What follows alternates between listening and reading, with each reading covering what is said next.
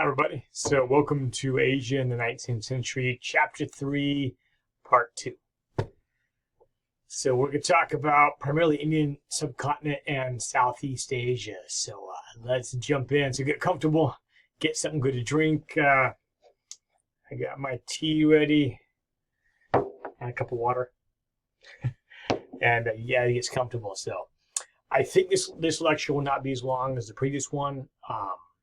I will do my best. So I don't think so. So, all right, let's talk about what's going on in India, or the Indian subcontinent. So,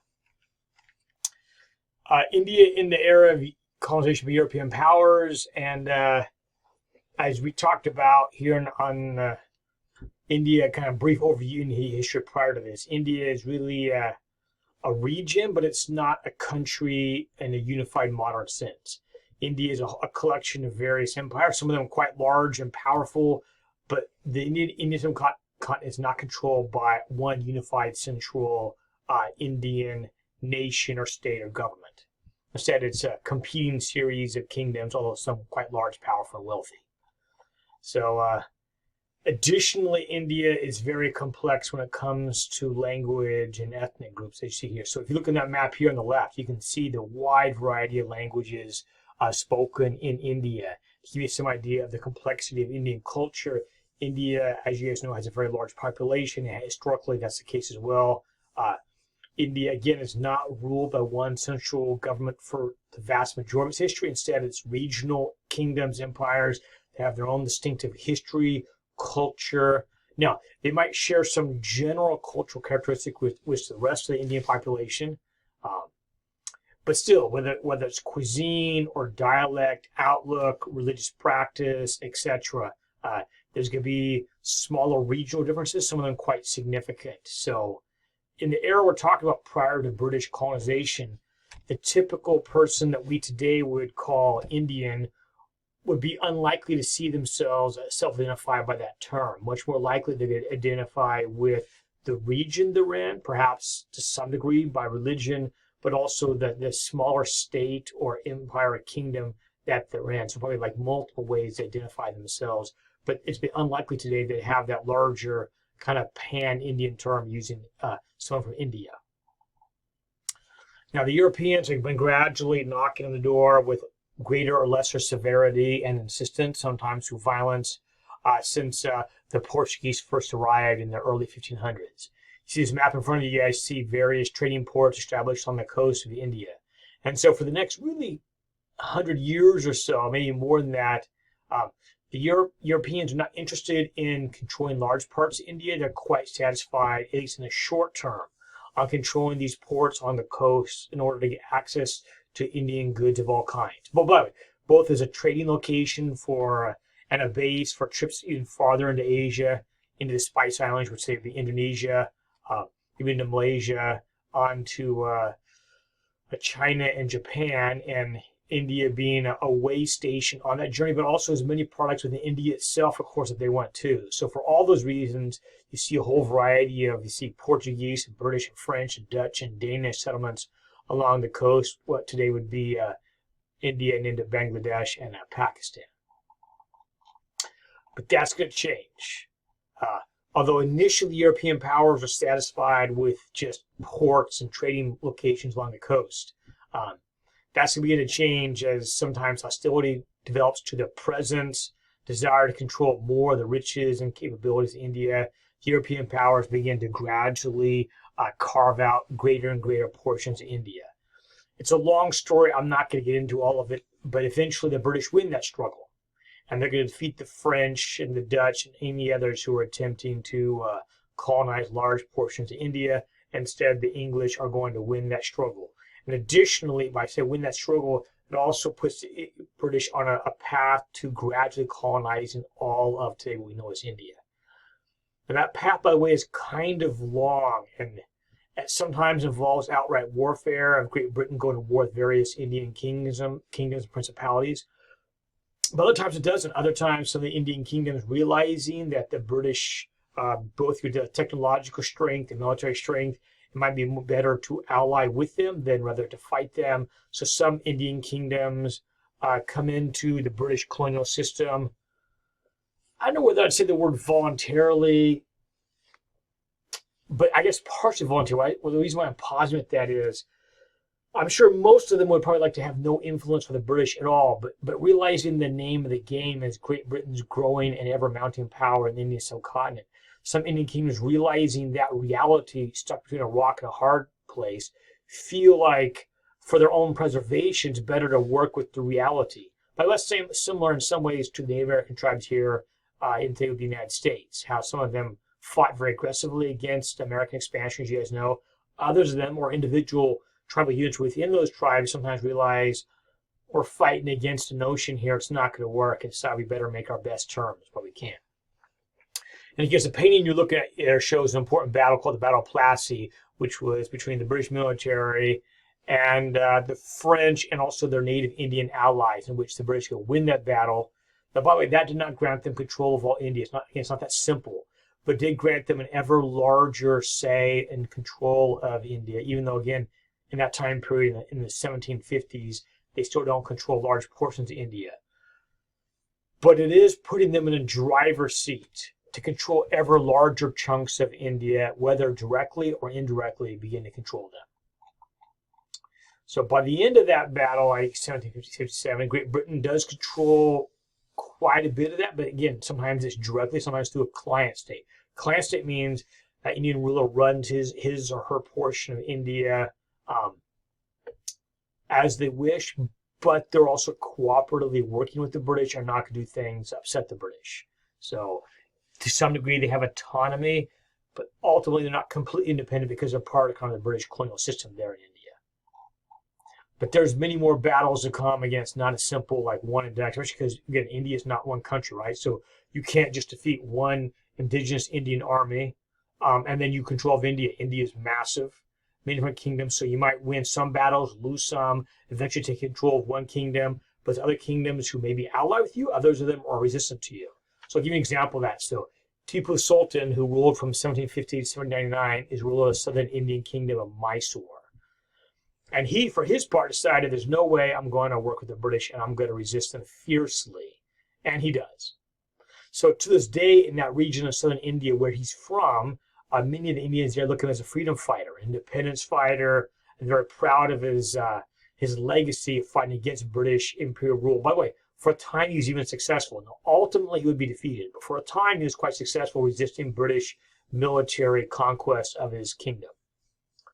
But, and then I mentioned how complex India is, right? So there certainly are some Indians in his region that feel very good memories and very inspired by him as a heroic leader. But other Indians of different religious groups and ethnic groups look at him as a tyrant. Although they may not like English colonization, but they don't view him as a hero because, again, his social group, his religious group within his kingdom are dominant, but other minority groups within his kingdom oftentimes felt abused and persecuted by him. And the reason I bring that up is it's just the complexity within India. I think sometimes when we look at European colonization, the temptation is to focus almost solely on what the Europeans are up to, both playing a kind of in the villain role these days, to some degree justifiably a villain role, but not realizing the complexity of the nation or region that is being colonized, their agency, their complex internal dynamics, which are equally important, not even say in some ways more important than the temporary Western colonization, although when I say temporary, English colonizations go on for quite a while. Let me give you some examples. That's a depiction of Tipu Sultan there on the lower left. This right here is an example of artwork constructed during his reign representing Indian fierce resistance to the ongoing British attempt to colonize India in general, but his kingdom specifically, which is Mysore. In that case, it's kind of a music box, a grim one, although I guess from an Indian context, a very patriotic one where you have an Indian tiger who has tackled or mauled a British soldier in the process of killing him. It would be probably likely constructed for Tipu Sultan. You could crank it and it would play music in this kind of graphic. But again, the self-defense. Remember, this is like in the American context, it'd be like a Minuteman celebrating the revolution against British control. This would be an Indian version of celebrating Indian resistance to English colonization and domination and all the loss of control that comes with that. I mentioned his forces being quite successful for a time. Now, the Europeans are colonizing parts of Asia. Some parts of Asia are not particularly modernized, developed. That means English colonization is easier. Other places are quite technologically well armed. That includes Tipu Sultan. So his soldiers were quite well armed, including, you see the image on the right, with rockets and with quite good artillery. You see an example of one of the cannons from the state of Mysore from that time period. So the Indians had a quite high-level technology too. So in their battle, in the English, at least for the time, they were quite successful in that battle and defeated the British Army several times before ultimately being absorbed into the British growing colonial empire. If you want to know where the Kingdom of Mysore was, that you see it there is in Lower India today. Now, eventually, his kingdom would be captured by the British after some intense fighting, and it'd be added to the British colonial empire. My point of that is, what I want you guys to know is just that idea of resistance, determined resistance to colonization. In the context of India, again, there's some who would view him as a great national hero, at least regional hero, certainly, in his defense. He's representative of some of the other forces, him not alone, other forces in India who resisted English colonization. Now, gradually, though, Great Britain does win the struggle and colonize more and more of India directly until all of it, either directly or to some degree, somewhat indirectly. And so the Indians have many choices on how do you adjust yourself to this new reality, which is complicated. The British military presence in India was always relatively quite small, so oftentimes the British relied on Indian soldiers to fill out its ranks of its colonial armies, which sounds very odd to you and I in 2020s. How could you be Indian and then join the colonial occupier's army? And that is a complicated, but I think the very short version of that is it's already happened. Indian nationalism, as you know it today, it exists in a sense. Certainly it did. Otherwise, you wouldn't have kingdoms like Mysore resisting. But for the average Indian, they probably don't have the strong sense of nationalism you would have in the more modern age. Now, that's going to develop. But it's probably more of a pre-nationalist feeling, less of a say in your government, no voting rights, little say in your government. And so your individual identification with resistance against the British would not be as strong as it later would be. And again, some individuals absolutely would. We'll see that shortly. But, many of them think this is just the way it is. I don't have a lot of say in it. The British control India and I need work. And I know the British Army is hiring. And the British Army pays, again, for a typical low-class Indian in that time period, relatively well. And also does give you some professionalism and prestige, again, from the lower classes. If you're higher class Indian, that's not going to work. But again, in that case, you might be part of the English colonial establishment if you're a higher class Englishman. So you have some Indians who join the British unit. For example, you see right here on the right, that's a native Bengal infantry unit. They're, in this case, are having Hindu priests blessing the regimental colors in the Hindu ceremony. Because the vast majority of soldiers in that regiment are going to be Hindu. They're Indian, of course. Although some of the officers are going to be white, as you see here on the far right. That's a British officer there over them. But in this case, incorporating Indian culture into the blessing of that unit and their colors. I mentioned some Indian princes do cooperate with the British because, again, they see the lay of the land, feel this is the way I survive, and this is the way to do it. The British do attempt to stabilize India and civilize India as they see it. Now, obviously, that's a loaded term. So, and we're not, because this is not a especially course on India. I'm not going to dig too deep into that, but that is go with some of the general themes of our class, which is the idea of the European being superior, more sophisticated, more civilized, or could be a case American too. And the Asians being, although have many aspects of admirable culture, clearly, because India clearly does. It's one of the world's great civilizations for many reasons. But also seeing the aspects of Indian culture are dismissed as barbaric, and the British look to, as they see it, deal with some of those issues. Now, they are going to unify India under all their control, And they will do some things that will be, I would argue, regardless of your view of colonization, that do, as on a human rights spectrum, do some helpful things in India. For example, they would suppress the practice of sati, which is the Hindu practice. I don't say Hindu. In some Hindu groups, the practice of the Hindu wife being expected to commit suicide when her husband dies. And she would do it by throwing herself on her husband's burning funeral fire. The British are stunned by this and appalled by this and outlaw it. Now, it does get into some murky ground because it's a religious practice, and a Western nation coming in and banning a specific part of religious practice, that does get into some very difficult territory when it comes into respecting religious freedom. But on the other hand, this is also brings up other issues, in this case of gender and inequality of gender, because many women will be pressed into committing suicide, and the idea that that's her role as a woman, she essentially must do this to be a devoted wife, is also problematic. So there's multiple layers there when you look at a practice like that, and in any case, Great Britain outlaws it. They also gave legal protection for widows who want to remarry, which is another issue when it really comes to gender.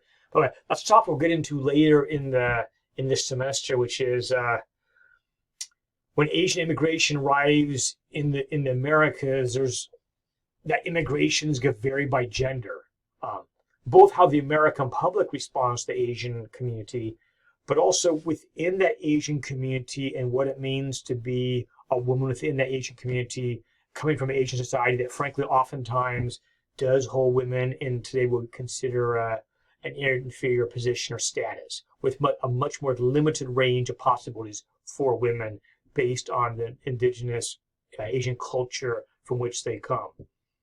Now, again, you have to be careful with that.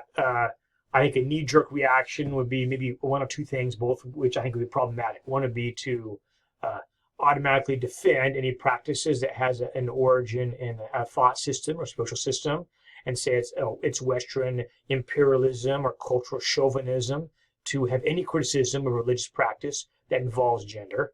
That's one response. The other flip would be to simply dismiss any kind of objections of culture and say, like, look, this is barbaric. We don't accept that kind of treatment of women in our Western society. We view it as, frankly, a human rights issue. And so whatever they are practicing that we view as treating women as an inferior status, or whatever range that may be, should be stopped immediately and strongly attacked. There's some wisdom in both those positions, frankly. And maybe it's not always easy to navigate. I would certainly lean on the side personally of I have no problem with the British government banning the sati, because I think there's a level of coercion in that there is not oftentimes free will. But I can see it's the sensitivity of religious issues, the cultural issues. It is quite a sensitive issue. So I'm going to leave that. The last one there is infanticide is banned. In India, prior to that, again, Indian parents love their kids. But in certain cultural contexts, the kids, if they're unwanted, could be abandoned and left to die. Great Britain felt that was infanticide, and they outlawed that in 1870. We'll come back to some of those larger topics in the American context later, just as a little background. So let's also talk about the Sikhism and the Sikh Empire and the British, because Sikh community here in Central Valley, California, and the United States is an important immigrant community in this area, and it's important to get some background into the Sikh community to understand our Sikh brothers and sisters here in California and across the United States, which of course are an integral part of the Asian American community. So what you're looking at there is called the Golden Temple. That's the holiest site in the Sikh faith.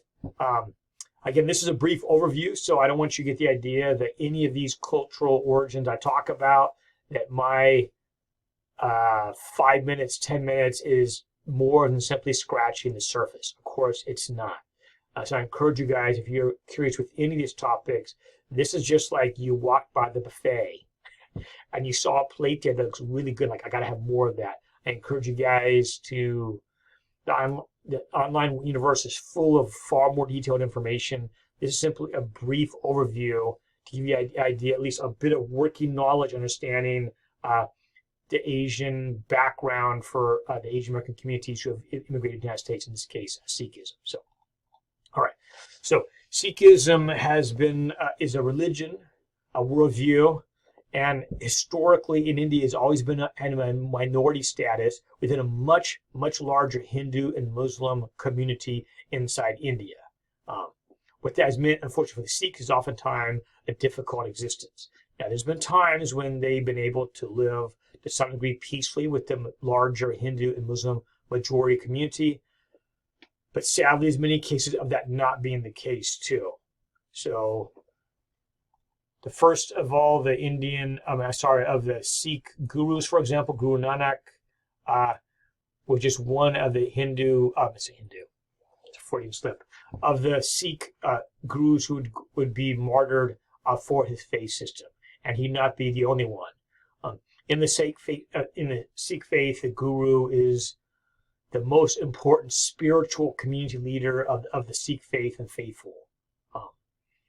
And to have him murdered or assassinated, you can see the impact that would have on the Sikh community in the midst of a larger Hindu Muslim majority that sometimes is tolerant, other times aggressively violent and suppressive of the Sikh faith. Now, so I want you guys to write that down. So we've got a pen and pencil.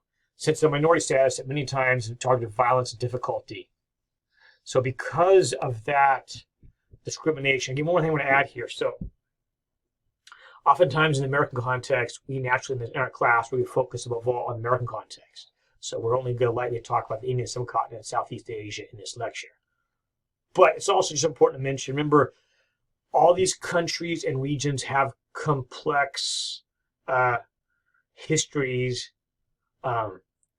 animosities, cultural issues that are an important factor perhaps in their immigration, certainly in their cultural historical memory of who they are within the larger community, both in this case in India and also inside the United States. So we'll return to the Sikhs here. So what you guys know, this gentleman right here is Maharaja Rajat Singh, the Lion of the Punjab, and he is one of the great heroes within the Sikh faith, and that he's a founder of a Sikh empire, which of course I mentioned is very important to Sikhs. The Sikhs, having gone through very difficult times, oftentimes as a persecuted minority in India, again, not always, at times there's some peaceful cooperation with the larger Hindu and Muslim, but oftentimes there's not as a minority, even if there's not outright violence, oftentimes there's discomfort.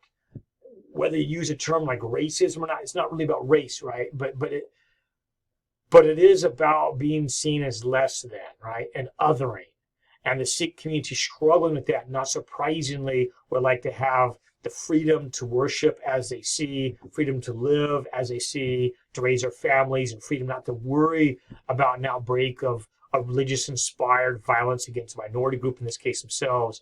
And so Maharaja Rajat Singh is, as a military warrior and leader, goes on to, at least in the short run, trying to find a solution to that reality by carving out a Sikh empire in India. And let me show you a map. You can see where that is. That'd be primarily here in the area of Kashmir and the Punjab. So this general area right here is going to be, it's very good farmland, by the way, there in India. It's some of the best farmland. It's supposed to be very beautiful. And so naturally, and that is their traditional homeland. So that's the kingdom that for a time is carved out. Now, unfortunately, the kingdom is not going to last long term. You see, it lasted 50 years. Now, if you wonder what brought it to an end, what brought it to an end is going to be the British colonial expansion into all of India.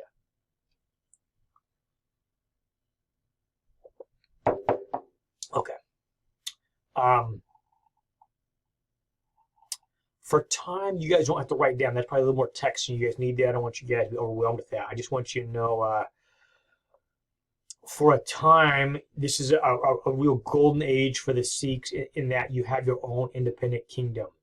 And again, the ability to self-determination, to worship your faith freely as you please and not be jockeying with the larger Hindu or Muslim majority who oftentimes views you as an unwanted minority, is often a tremendous breath of fresh air while it lasted.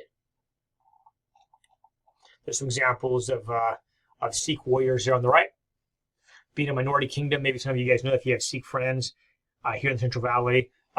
the Sikh community oftentimes find itself on the receiving end of violence and persecution, has had to have a strong ability to defend themselves. So every Sikh man, to some degree, being part of your man is to protect your family, protect your faith. That means being a warrior. It doesn't mean all Sikh men are warriors, of course, but in a sense that the community in time could call you, and the survival of Sikh faith and community may be at line. So that is an important part of being a Sikh man, is protect you and your family, and above all, your faith system in your community.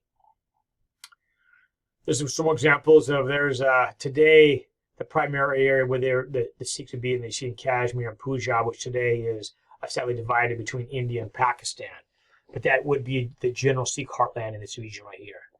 Example of a Sikh helmet and a Sikh battle standard. Now, I mentioned the Sikh Empire not lasting long term. That's because the British decided they did not want any independent kingdoms that were resistant to British control, and the British decided to add the Sikh kingdom to the British colonial enterprise in India. It took two very hard-fought wars to do that. You guys see in 1845-46, 1848-49. You don't need to know those dates. I just want you to know the Sikh fought very hard. Eventually, the British would win that fighting, but after a lot of hard combat to be able to do that. Let me highlight that for you guys. Now, once the fighting came to an end, the Sikh would, again, like other Indian communities, adjust themselves to the reality of the English colonial system. Again, that's not their first choice. The first choice, of course, is to remain a unique, independent Sikh kingdom. But the British clearly won. And so the Sikh begin to adjust themselves to that reality. Of course, it's still reminding the good old days, and we'd like to return to that. But in the short run, realizing we're going to have to work in the system. What you guys see on the left, that's actually a Sikh military unit in the British military. For the same reason, people join. It's like, how would you join? You've been conquered by the British. Now, how do you join the British military unit? For the exact same reason I explained to you a few minutes earlier why, in this case, other Hindu units join the British military. You need a job. The British already control, so it's not really optional anymore. And again, if you're a struggling Sikh young man, it may be a way for you to take care of your family. There's also a certain level of prestige and respect to join the British military. So for those reasons, you might join. Okay. I mentioned the Golden Temple already, the most sacred site of the Sikh faith. Of course, we barely touched, we didn't even get into the Sikh religion and its beliefs. I'm going to leave that to you guys, but I just want you to know it is one of the great religions of India, and it's going to play an important role in immigration here in the United States. So we'll come back to that topic a bit later with the Sikh immigration to the United States. But that important background to India and the Sikh faith is important for what comes following this. So, all right.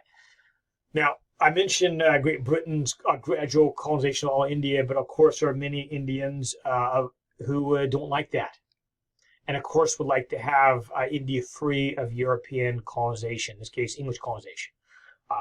Now, Great Britain in its own eyes brought in various aspects of civilization. We mentioned some of those already, but they're also a colonial power who's exploiting India for its resources. You don't have to be a genius or an extreme nationalist to realize, if you're an Indian person, the English colonization is above all not for your benefit as a person living in India, right? It's not really for you. Now, again, there may be some British policies that perhaps you agree with, but the overall project, above all, is not to come there to help you. The overall project is it's good for Great Britain, which clearly means economic exploitation of India. So many Indians, of course, again, that's quite clear. And there's resentment over this.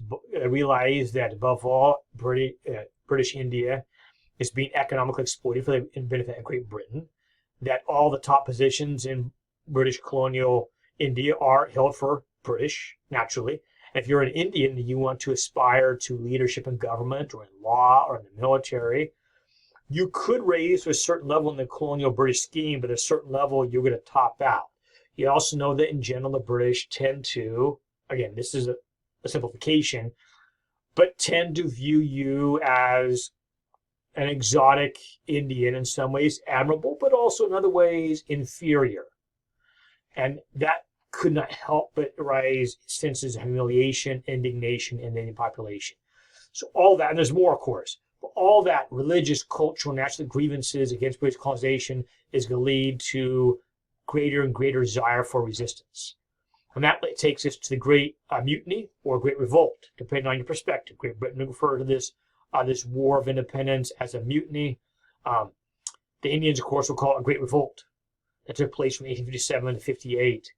And it was triggered by all those larger issues, but the ultimate last kind of trigger to alight this was an Indian soldier, sepoy named Mangal Pandey, who, hearing rumors that the British cartridges that they must fire as British soldiers, which had put in their teeth, maybe you guys know the story, they had to break the cartridge in their teeth before they load it in their musket. Now, those cartridges had been waxed with pig fat, which according to, or even pig fat, which according to a devout Muslim, you could not possibly put in your mouth, not eating pork. Again, it wasn't just that issue. This is going to be the spark. Now, it turns out most historians believe that rumor actually was not correct, that the wax put on the paper for the cartridge you use to fire in your gun, which would contain the bullet and the gunpowder, that cartridge probably was not, in fact, greased by pig fat. But in any case, that's what's being projected out there. That's what's taking place. So both Hindus and Muslims would find this very objectionable. So Mangal Pandey hears this rumor. He's outraged by this, and when they're told they must use these brand new cartridges, he outright refuses. That sets in motion ultimately a revolt by his whole unit. Now, he would be actually executed prior to that. So Mangal Pandey does not live to see the full consequences of his actions, but his revolt, refusal to participate, his steadfast to do that, and his ultimate execution by the British authorities made him into a national hero in modern India. That movie right there you see in front of you is on him. It's called The Rising. You guys go to YouTube for extra credit, you probably can find it. Look for The Rising. I bet you it's available because I watched it on YouTube a couple years ago, so I think you guys can find it. In any case, that sets in motion a major upheaval in India by some Indian groups to kick the British out. And I say some. India is complex. So there are some Indian army units that join the revolt and fight very aggressively against British colonial enterprise, hoping to kick the British completely out of India and the Indian subcontinent. Other Indian units do not join the uprising. Some will even work to help suppress it and will join the British. So it's complicated. Now, I would say it was primarily, initially more of a Muslim-led, but many Hindus joined this as well. So it gets kind of complicated again. But other groups are not, for example, in general, the Sikhs did not join this uprising. It's not that the Sikhs like being controlled by the British, but they feared a nationalistic, Muslim-fueled, and to some degree, Hindu-fueled uprising where you intensify those religious feelings. And so in the Sikh mind, if this revolt is successful, are they going to be again under a persecuted minority under a Muslim or Hindu majority? And the fear among the Sikhs would be probably. That's a good chance. So although they have no love for the English, they feel the English to some degree are a disinterested colonial master does not particularly care about their religion. May not respect their religion, but don't particularly care. It's not interested really in suppressing their faith. And so in the Sikh guys, this uprising, again, Sikhs are complicated, but in general, for the majority of Sikhs, like, we're not interested in this for that very reason, because we fear where this could lead to. In any case, the uprising grows quite violent. There's very intense feelings on both sides. Early on, some of these Indian units begin to massacre British military and civilians that come across. Quite a few British civilians are massacred or killed. Great Britain, in a nutshell, responds with also ferocious violence. You hear these terrible stories of English families being massacred in this uprising. So when the British Army returns, there's a real tone of vengeance. And so, massacres going the other way. So I just simply say both sides were involved in atrocities, massacres of civilians of the other side.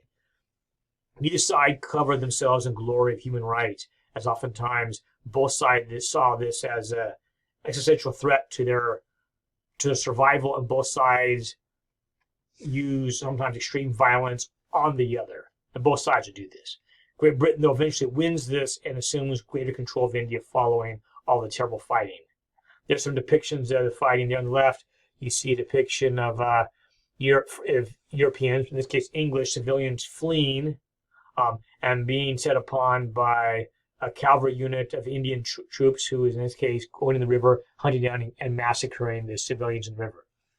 On the flip side, as I mentioned, when the English reconquer India, because of these reports, these atrocities and these massacres, they also are going to massacre and use indiscriminate violence when they're conquering some Indian cities and executing anyone who they see as part of the uprising.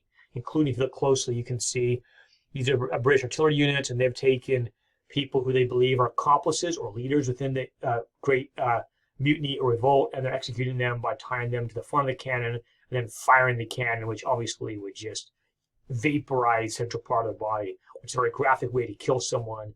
But that is the point, because the British anger over the violence of the uprising. Now, ultimately, it fails. Great Britain returns and resumes even greater control following this. Significance for you guys, though, is it just shows you the complex history of India. Of course, many Indians desire to have self-determination and kick the British out of colonial India. And that will return later on, as you guys know, with the independence movement coming in the 19th century and into the 20th century.